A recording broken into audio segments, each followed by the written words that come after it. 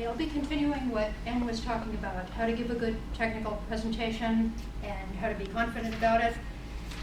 And one thing I think we all worry about is that our presentations are boring, right? You don't want your audience falling asleep. Technical presentations can be dry or complicated, and there's a lot of information that you're trying to get past. So how do you liven up your presentation? How do you keep audiences hanging on your every word? And there are two parts. One is writing a good talk, one is presenting it. So I'll separate my talk into those two parts. So first, how do you write a good talk?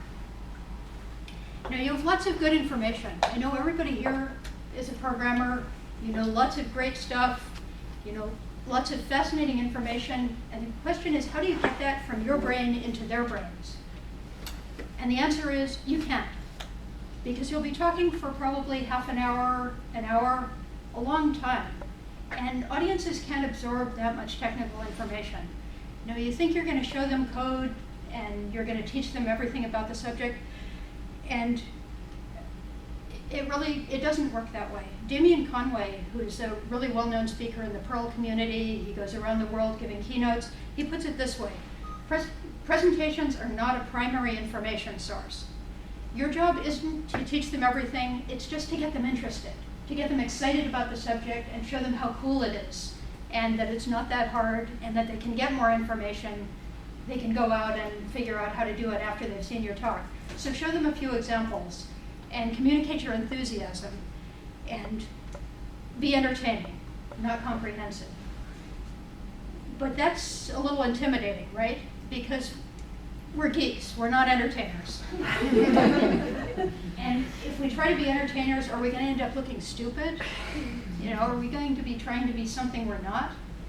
So let's be clear, I'm not saying you should be Cirque du Soleil and you shouldn't go out and do acrobatics on the stage, but that doesn't mean you can't liven up a technical subject a little bit.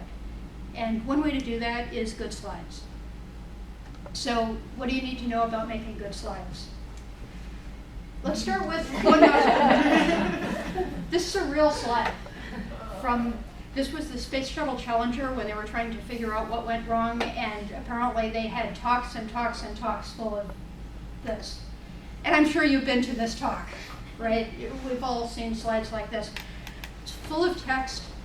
No human being can possibly absorb a slide like this. They can't get anything out of it. But worse, with all this text, a lot of people will be trying to read the slide and trying to figure out what's there, and that means they've stopped listening to you.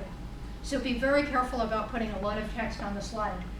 You're there to tell them things, and the slide is only there to sort of reinforce it. You don't need to put every little thing on the slide. So okay, you don't want a lot of text, right? So that means diagrams. Diagrams will be much clearer. This is another real slide. This was apparently used, it related to the war in Afghanistan, and General Stanley McChrystal, when he saw this, said, "When we understand this slide, we'll have won the war." Keep your slides simple and clear. You don't have to put a lot of stuff on them. And use pictures.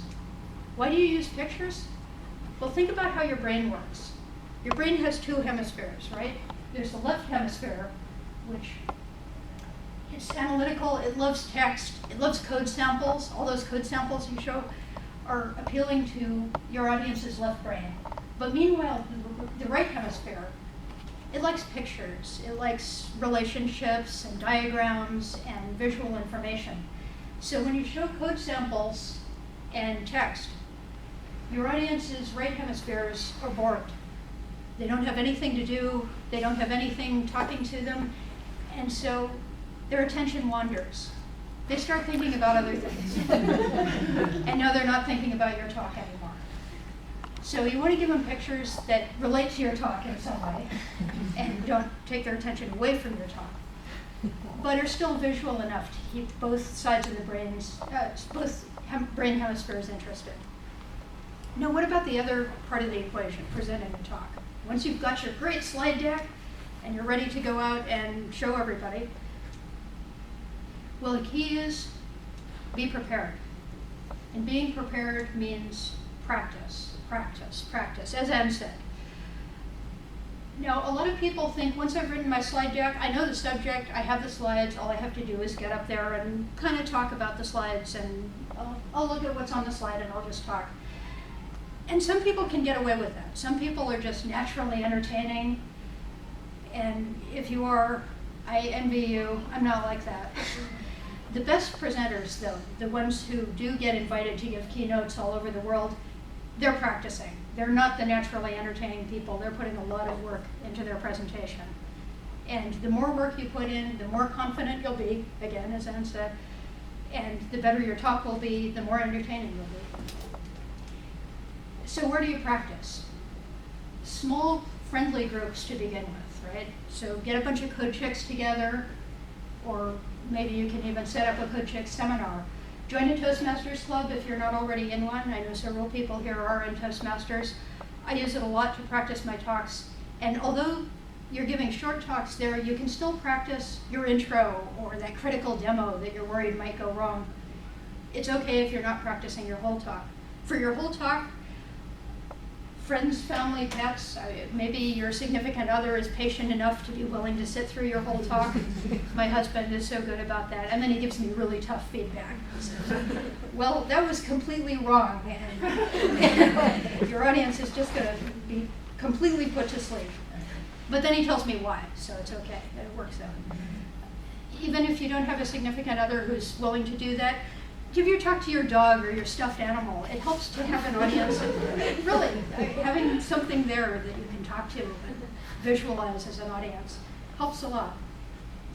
Now, if you haven't given a lot of talks with slides, I have one piece of advice, which is, this sounds obvious, right? Speak to the audience, not your slides.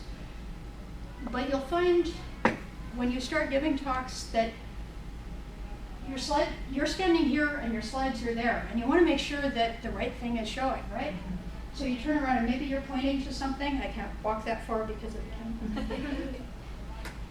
And before you know it, you're reading off your bullet points and you're going to the next slide and you haven't looked at the audience in several minutes. And it's really easy to do, even if you think you won't. And the best way to avoid it is practice, because the audience wants to see your face, not your back, unless you have a really interesting back. Another good way to avoid it besides practice is make sure your laptop is set up where you can see it. So I can see my slides, I can even see my secret notes that you don't get to see. Well, I'm still pretty much looking at you, so I don't have that temptation to turn around nearly as often unless I'm pointing. Okay, so you've written your talk, and it's time to go to the conference. Scary, right? Because it's easy to talk to your husband or your dog or your Toastmasters club or CodeChix. So be prepared is still your mantra. And that means, first of all, bring everything you need. If your laptop needs a special adapter to talk to VGA, bring it. I don't know about you, I've been to so many talks where somebody started the talk with 5 minutes of, does anybody in the audience have a Mac adapter for a MacBook Pro 2S5? And the conference probably won't have the adapters you need, so bring everything you need. Bring a power cable. I discovered last night while I was practicing this talk, I usually don't practice with my remote presenter tool, so I tried that for the first time, and this is a new laptop. I'd never tried it. I discovered that it didn't work while the laptop was on batteries. And so I brought my power cable, but this morning I think I apparently figured out the problem. It seems to be working. It's an esoteric thing involving laptop mode, but little things like that will happen if you don't practice and if you don't bring your own equipment. But now, the scariest part of being prepared, the projector. Those things are so finicky, and every projector is different. You might practice with the one at work, but you get to the conference and it's not the same. Or maybe you don't even have one that you can use at work. I don't have one at home, certainly. They're kind of expensive. So how do you find out whether your laptop can talk to a projector at all? Of course, if you can go to a CodeChix event, then that's a great way, or if your Toastmasters club has one. But you can find out a lot using a monitor.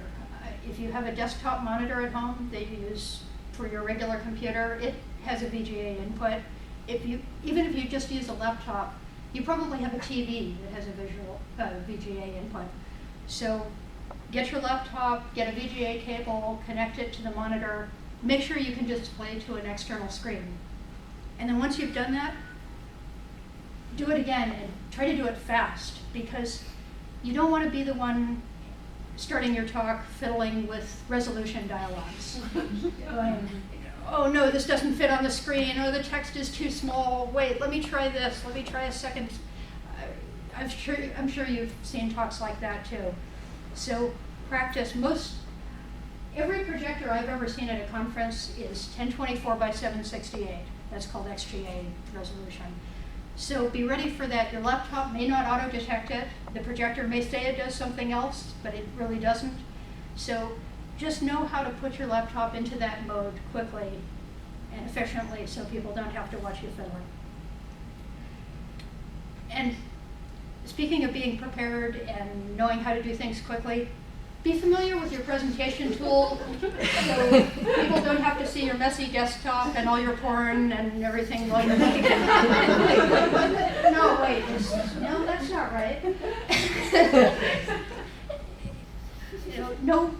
Have your presentation ready to go. Know how to get it into full screen mode. Don't be trying to fill.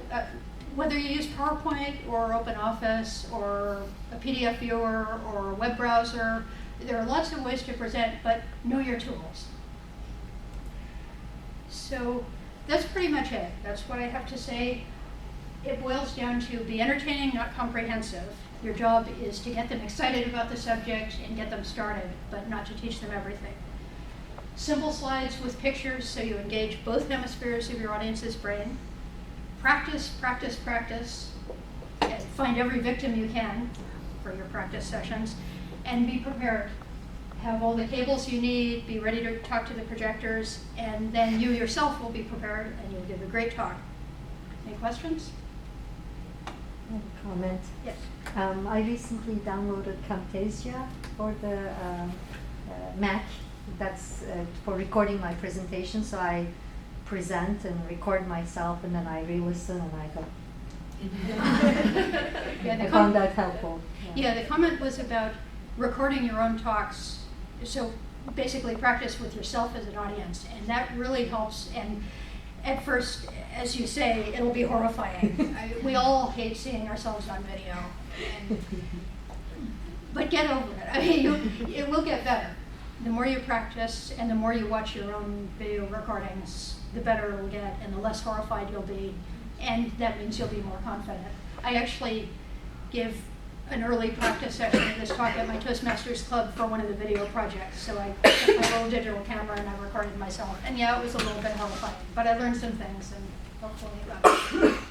Any other questions? Well, thank you.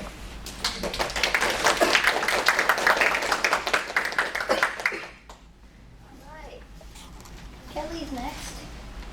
So I was going to do a presentation, and then I'm actually on call today for work.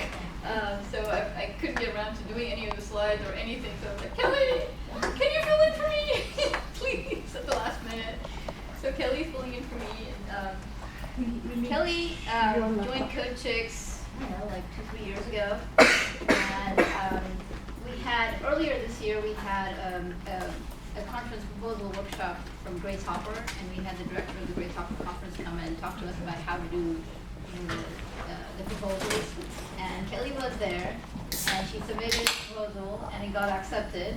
And she spoke at Grace Hopper this year, so she's awesome. So she's gonna do a real quick presentation. You didn't have slides. She was like, all right, I have to make slides. Okay, that's fine. I built this talk in just a couple of days. So. Yeah. This is the first iteration. All right, so you guys are it. So Kelley, I'm just gonna put this. Okay. It goes like this behind your head. Yes, behind my head. Yeah. And then we need bits go over your. Over here? Yeah. And then like this. Yeah. Can you hear me now? It's recording. Oh, okay. So don't walk around. Yeah, don't walk around. Yeah. It's a really short. Okay. Does my hair look frizzy today? You know, it's my brain. I'm this geek chick, and I have this brain that just goes bzzz, and it makes my hair stand up. when I'm in the shower or when I'm driving down the road or whatever in my spare time, I think of these kind of things and I file them away. The reason I do that is because I'm a speaker. My fellow attendees, if there's one thing that you take away from my talk today, is to think of yourself as a speaker. Don't just think of yourself as a tech person who happens to give talks now and again. Make being a speaker a part of your identity.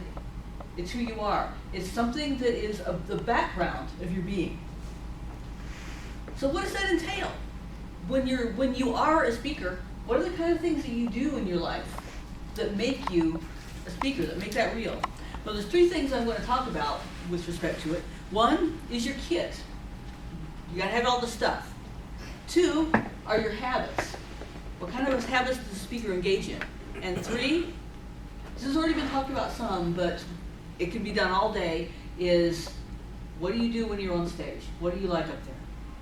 So, when you're kit, you got to get all the stuff. It's like going skiing. You have to get all your bits together, all your atoms together, your bits, your intangibles in your kit. First of all, you need your bio. You need your abstract, like a little speaker resume.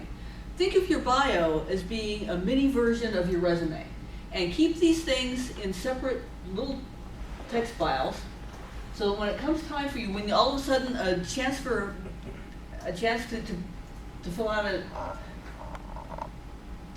the chance to apply for a conference comes into your lap, you can just copy and paste this right in. You'll be ready to go in that moment. You don't have to think about it. You don't have to panic. Just knock it right out there without even thinking about it, because you've done the work beforehand. You're going to leave with some of these things today. You're going to leave with your abstract and your bio. So you're going to get a good start just by being here today. Another thing you're going to need, if you're like me, you didn't think of until all of a sudden you needed it and didn't have it, is a professional headshot. You need to go to a photographer and get that done. Don't just let your friend do it. I mean, your friend can do an awesome job. I still have a friend shot that's still up here and there. But even though she had a good camera and knew what she was doing, she still couldn't do it as well as a professional can in a studio. It'll cost you about $150, and it will take maybe about 3 weeks to do. So do it right away, get the process moving. The photographer probably won't be able to book you right away. It may take a week or 2. In that time, she'll have some instructions for you. She'll say things like, don't get your hair cut between now and then. If you're going to do it right now. Because those little tips of your hair, those look freshly cut hair, those look obnoxious in a photo. So there'll be a week or 2 of prep. Then after the shoot, which will take about an hour or so, she'll get back to you in a few days with a set of proofs. All of the shots that she took that are in reasonably good shape, she'll send back to you. The way we did it was through email, and she had a repo of these things in the cloud. And I looked over them all and picked out the 5. We had agreed on 5 deliverables. I picked out the 5, and then she took another week and did her Photoshop magic. And for me, that was like, oh, thank you. But it took about 3 weeks from start to finish. So 3 weeks, $150. It'll be very much worth it. It's a great plus for the way you present yourself. It makes you look professional. Makes you look like you knew you were going to get the gig. And that's very important. Okay, so, and another thing is your database. You're a speaker, you've got your repertoire. Every time you get booked, every time you give a talk, no matter where it is, keep a record of it. Just like in your resume, you have your employment experience, keep your speaking experience in a file. Keep track of who you spoke for, what your talk was, keep all the stuff from your talks, who your contact person was, so that the next time you go to fill out a proposal, there's going to be a little slot on the form that says, where have you given this talk before? Drop it right in there. You'll want to create a body of work. That silly little thing that I gave when I was up here, create a bunch of those. If you come up with you flash on a great diagram for a slide, take a pencil and paper, sketch it out real quick, and shoot it with your phone if you're keeping all this virtually in the cloud. You think of a great little line, a joke, or a touching little story. Add that to your database. Keep everything that you use for your prior talks. If you can rework some of your slides later, you have a head start. if you can even, could pull out some blank diagrams, just get a bunch of stuff together. And over time, you'll be able to work talks up faster. You'll be able to tailor talks to specific situations because you are a speaker. It's something that is constantly evolving and constantly growing. For the tangibles, I kind of touched on this a little bit, but it's always good to look at it again. You need, like she said, the VGA cable. Don't be scrambled. It's good to have even an HDMI cable, whatever you think you might need. This is it. Not all of your talks will entail slides. I chose not to use slides today. They would add a little bit, but they're not integral to what I'm doing. But if you are going to use slides, definitely have this set up. Have a couple of thumb drives, a bunch of backups, because you won't get to use your own laptop with every conference you went to. When I spoke at Grace Hopper, I had to use the house computers. I wasn't allowed to use my own. So what I needed to do was upload my slides before the talk. After I'd done that, I realized, oh no, the set I just converted is missing a slide. So I opened up my slides, put the slide in there, put it on my thumb drive. I went to the speaker ready room before the talk, which I was required to do. We uploaded the new version. I was happy. But keep several copies, keep a Git repo of all this stuff. Burn one to a CD, whatever it takes to make sure you have enough redundancy. And if you're going to be doing this a lot, especially if you're going to be speaking at large conferences, get yourself a copy of Microsoft PowerPoint. For me, that was kind of humiliating.